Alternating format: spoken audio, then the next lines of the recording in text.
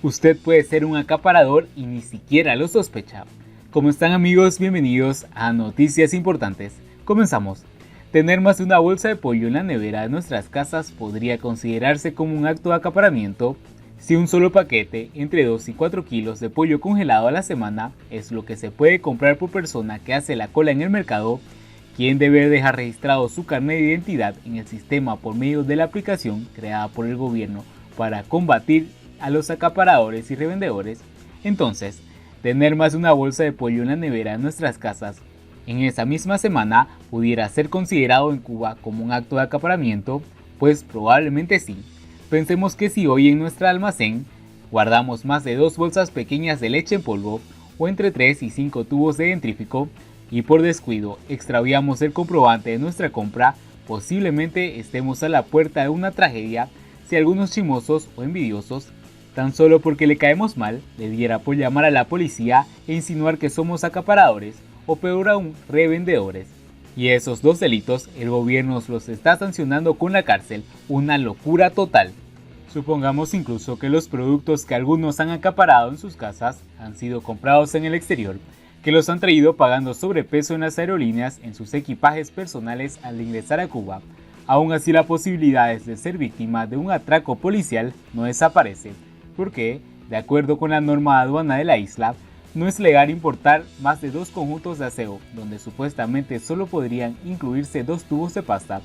de modo que ser dueño de 3 unidades de dentrífico, más que un motivo de orgullo en un país donde es un privilegio cepillarse los dientes, pudiera ser un delito, una prueba usada en su contra. Y no es este articulista quien exagera, en realidad es nuestra cotidianidad socialista la que anda así de chiflada. Apenas me limito a ilustrar lo que está sucediendo. Estas cosas solo pasan en la Cuba socialista. Sabemos que, como una práctica habitual en nuestro contexto totalitario, cuando eres señalado como enemigo del sistema, el propio sistema se agarra hasta de un clavo al rojo vivo para justificar sus excesos. A fin de cuentas, es de lo que se trata este asunto de los coleros, acaparadores y revendedores, porque los problemas de las colas y de los desabastecimientos continúan ascendiendo a niveles dramáticos, a pesar de los 22.000 voluntarios que han dado el paso al frente. En verdad el gobierno ha sustituido a los coleros ilegales por coleros oficiales, y de los beneficios que reporta el contar con una licencia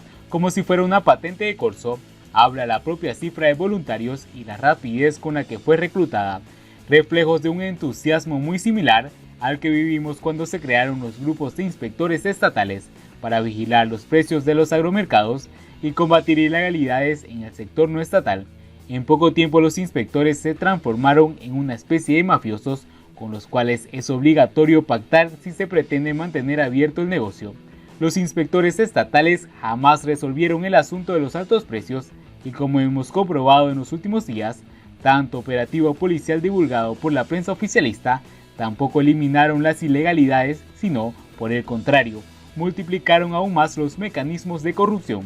De igual modo, está sucediendo ya con los coleros oficiales, una ocupación que comienza a ser tan demandada como la de jefe de almacén o la de un administrador de cafetería, aun cuando ella no recibe salario, algo bien intrigante en el contexto cubano. La pregunta aquí, totalmente retórica, pudiera ser: ¿por qué 22.000 personas en un país al borde de la hambruna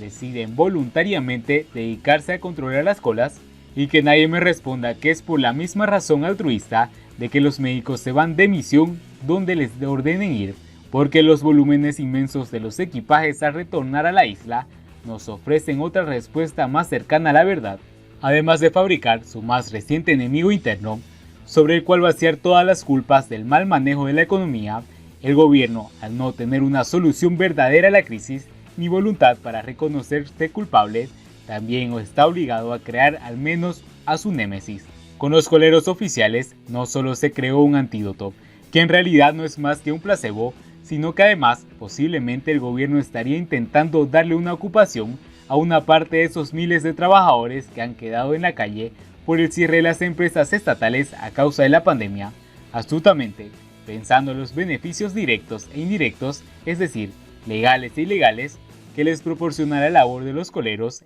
El régimen se ha ahorrado miles de salarios que ni puede ni está dispuesto a pagar, pero tampoco es indispensable que lo haga. nadie se lo va a exigir, así de conformes están. Tengamos en cuenta que buena parte de los trabajadores estatales en Cuba no buscan empleo tanto por el salario que les pagan, sino por los beneficios no legales que se agencian ellos mismos mediante el robo, una acción que casi nadie en la isla nombra como tal, sino que prefiere llamar como una búsqueda, lucha o el invento, sin los cuales hace mucho tiempo el sector empresarial estatal estaría quebrado sin mano de obra.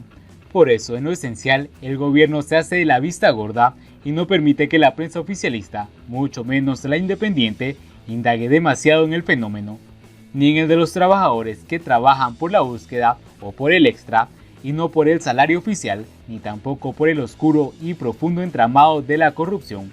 En ese sentido sería un error, más bien una ingenuidad, pensar que quienes crearon a los anticoleros no se han percatado que, como dice el refrán, apenas han desvestido un santo, el de los revendedores y coleros, para vestir otro, el de los coleros legales,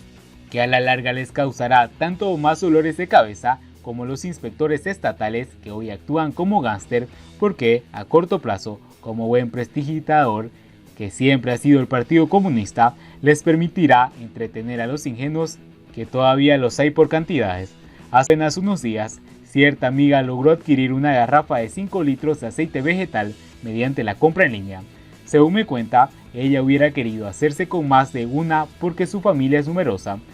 pero solo le permitían esa que debió repartir entre todos. La dividió entonces en varios pomos de 1 litro para cada uno, quedándose solo con uno para ella, mientras que los otros 4 se lo llevó su madre y sus hermanos. Camino a ver a sus familias, dice mi vecina, fue interceptada por un policía que le preguntó por qué llevaba 4 pomos de aceite cuando lo que debía tener eran solo 2, pero además, por qué no los llevaba sellados y con el comprobante de la tienda, detalle que hacía sospechar a la gente que se trataba de una acaparadora, posiblemente una revendedora, es decir, en el lenguaje del gobierno, una delincuente. Después de una pequeña disputa, mi vecina logró que el suceso no trascendiera a una situación aún más desagradable, pero con toda razón se sintió insultada y agredida. Para salir ilesa y evitar el decomiso, tuvo que aceptar las acusaciones y reprimiendas de un desconocido, como si ella fuese culpable de algo que solo es clasificado como delito en Cuba, que no se vuelva a repetir porque eso lleva una investigación y una multa, advirtió el policía a mi vecina, y esta prefirió dejarlo así. En fin de cuentas, no podía arriesgarse a que le hicieran un registro de su casa. Ese mismo día, recordó mientras discutía con el oficial que había comprado 4 latas de leche condensada a otra vecina, y de esta compra furtiva no podía mostrar un comprobante. Mi vecina, desde el punto de vista del gobierno, era una acaparadora y ni siquiera ella se había percatado del detalle. Es absurda, es patética nuestra cotidianidad en el comunismo, tan colmada de pequeños chantajes como de basura que muchos se ven obligados a barrer bajo la alfombra.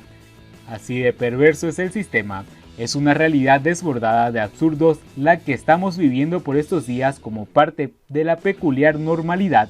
donde los extremismos, para decirlo con una poesía, no tiene el asunto, ha alcanzado su definición mayor. Siguiendo con las noticias, farmacias en La Habana sin empleados ni mensajeros. Algunas farmacias en La Habana no tienen todo el personal necesario para ofrecer sus servicios a la población, lo que genera insatisfacción en los clientes, fundamentalmente en los mayores de edad que cada mes deben adquirir sus medicamentos. No se ha logrado el complemento de los mensajeros de la comunidad al personal de riesgo, explicó la directora general de la empresa provisional de farmacias de La Habana a la columna Acuse de Recibo, el periódico oficialista Juventud Rebelde. La declaración de la funcionaria cubana tuvo lugar luego de que una anciana de 74 años, residente del municipio Plaza de la Revolución, se quejara de esperar durante 7 horas en una cola porque no hay un mensajero que le lleve los medicamentos a domicilio, una situación que se vuelve complejo en medio de la crisis sanitaria asociada al coronavirus. Había una sola dependiente para atender, despachar y cobrar, mencionó la señora en una carta enviada previamente a la respuesta institucional. Luego de recibir la queja, se hizo una investigación que terminó con la amonestación de la administradora de la farmacia por no alertar a la unidad básica de farmacias con el objetivo de reordenar el personal necesario en función de la atención a la población, añade la explicación. Aunque la funcionaria reconoció que no están cubiertas las plazas de mensajeros en esta zona, no explicó las razones y dijo que no atendían a ese sector de la comunidad porque las organizaciones de masa no contemplan el personal que se necesita. ¿Cómo vamos a salir de esta situación una vez se supere la emergencia sanitaria si no hay recursos? Cuba es un país noqueado y estamos tristes, pero el gobierno avisa en sus mensajes que son medidas coyunturales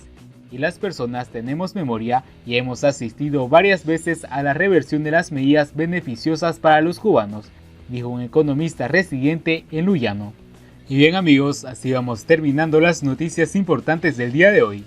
No olviden que si quieren seguir informados con las últimas noticias de Estados Unidos, Donald Trump, Cuba y las noticias importantes del mundo, por favor suscríbanse a nuestro canal.